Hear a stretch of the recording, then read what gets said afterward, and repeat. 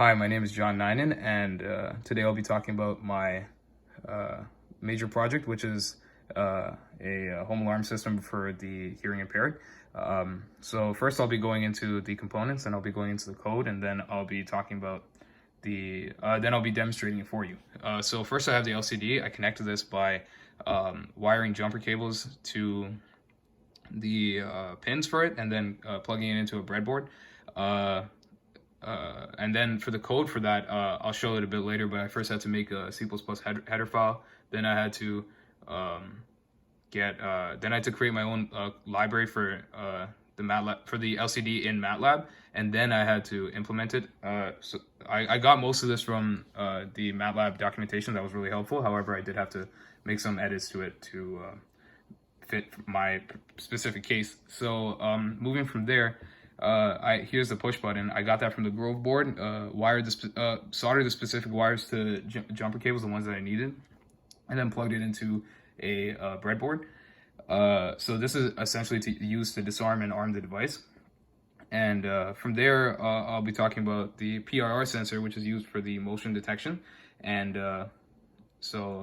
essentially, if it detects motion, it'll send a signal to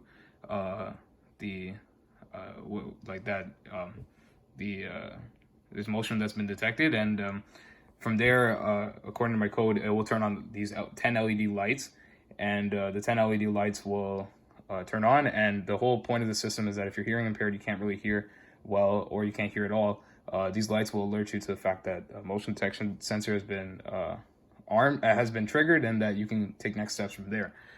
So going on to my code now, this file is a C++ header file.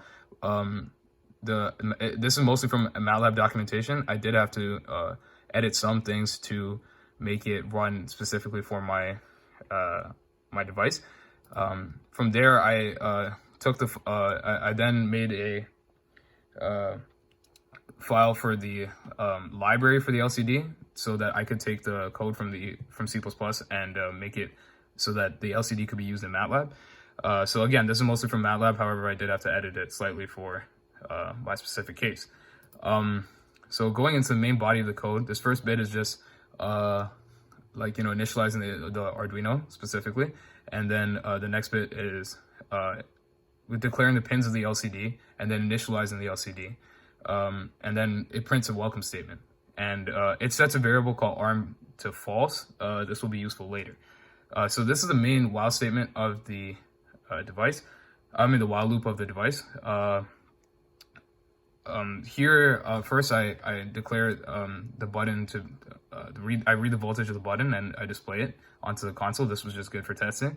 And then I have an if statement that states that if the value of the voltage value of the button is greater than 3.3, which means that it's been pressed down, to invert the value of arm. So if arm is false, make it true. If arm is true, make it false.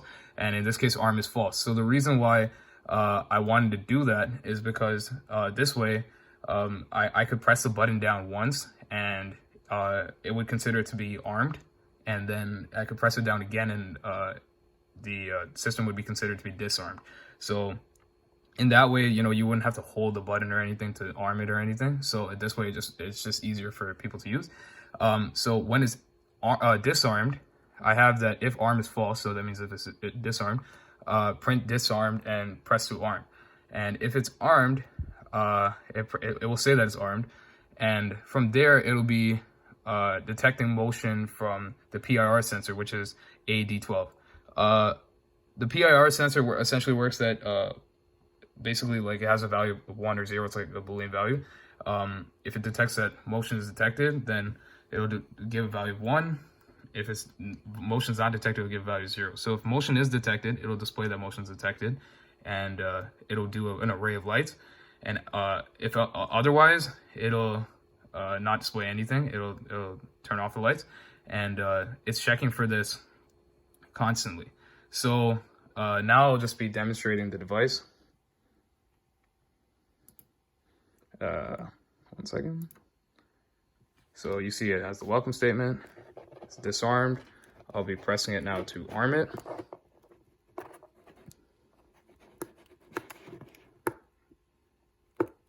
yeah, sorry. So motion got detected. So you can see this armed right now. And if I, it's a bit finicky, but you can see that when motion is detected, yeah, now it's working. So you can see that when motion is detected, it'll keep blinking the lights and will let you know that the system works. So thank you for watching my video, and I hope you enjoyed this product.